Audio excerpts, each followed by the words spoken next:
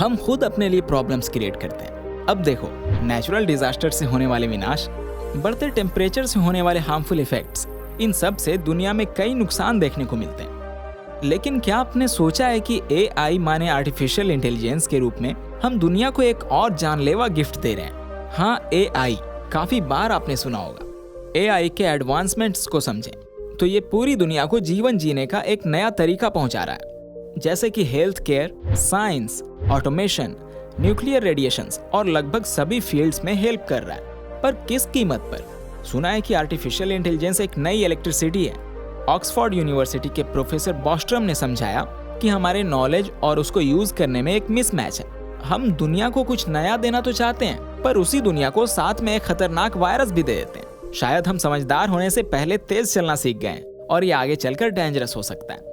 बहुत सारे exciting tools AI की हेल्प से तैयार किए गए हैं, जो किसी भी देश की आर्थिक यानी इकोनॉमी में हेल्पफुल है। मानव जाति में बदलाव से मतलब विकास और दुनिया की हानि साथ साथ चलती है। AI से होने वाले नुकसान के बारे में जानते हैं। सबसे पहले, AI ह्यूमंस के काम की जगह ले सकता है। इस टेक्निक के कारण कई नौकरियां चली जाएंगी। साथ ही साथ AI के चलते पॉलिटिक्स, सोशल और लीगल दुनिया में काफी चेंजेस आएंगे। यही नहीं, AI एक नए रूपी आतंकवाद को जन्म देगी। पुरानी कहावत है, किसी भी चीज की अति खतरनाक होती है। Means everything in excess is dangerous. यानी कुछ भी सही और गलत का फैसला उसके कंजम्पशन और वे ऑफ यूटिलाइजेशन पर डिपेंड करता है। आर्टिफिशियल और ह्यूमन इंटेलिजेंस के बीच हेड टू हेड कंपैरिजन है। कुछ फैक्टर्स के बिहाफ पर इनकी तुलना की गई है, जैसे कि नंबर 1, एनर्जी एफिशिएंसी। AI की एनर्जी ह्यूमन की एनर्जी के मुकाबले काफी ज्यादा होती है, क्योंकि AI एक टूल है। Number 2, smartness.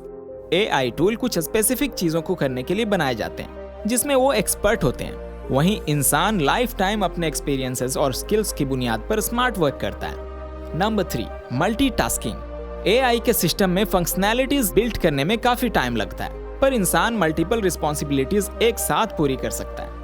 Number 4, decision making.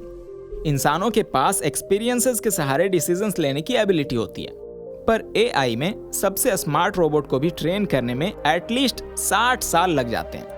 यानी इसका कंक्लूजन ये निकलता है कि human mind and computer mind की एबिलिटीज, रिस्पॉन्सिबिलिटीज और एक्टिविटीज के कंपैरिजन में इंसान आगे हैं। इंटरनेट एक खूबसूरत जगह है। हम गूगल पर जा सकते हैं, जो भी ढूंढना है ढूंढ सकते हैं, यहाँ तक कि तुरंत खरीद भी सकते हैं। AI बिल्कुल भी नया कॉन्सेप्ट नहीं है, बल्कि ये 1955 में शुरू हुआ एक ऐसा डिबेटेबल टॉपिक है जो आज 21st सेंचुरी में हॉट टॉपिक बन चुका है और हमारे आसपास अलग अलग रूप में हमारे साथ शामिल है। इसलिए इस पर चर्चा तो बनती है। AI को एक लाइन में डिफाइन करूं तो ये एक टाइम बचाने वाली सुविधा है।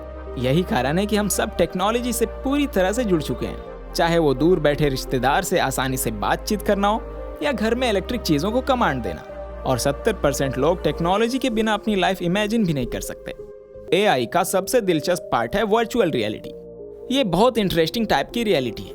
ये दुनिया फिजिकल दुनिया की तरह ही है, पर आप इस दुनिया को देख के जी सकते हैं, पर छू कर महसूस नहीं कर सकते। लेकिन इसमें कुछ ऐसी पॉसिबिलिटीज हैं जो फिजिकल दुनिया में भी नहीं है। जैसे कि आप एक बड़े से मॉल में एकदम से नहीं घूम सकते, या अपने हेयर स्टाइल्स को अपने फेस के अकॉर्डिंग मैच नहीं कर सकते, पर ये सब कुछ वर्चुअल रियलिटी के साथ पॉसिबल है। इसलिए इसे विंडो ऑफ द फ्यूचर भी कहा जाता है।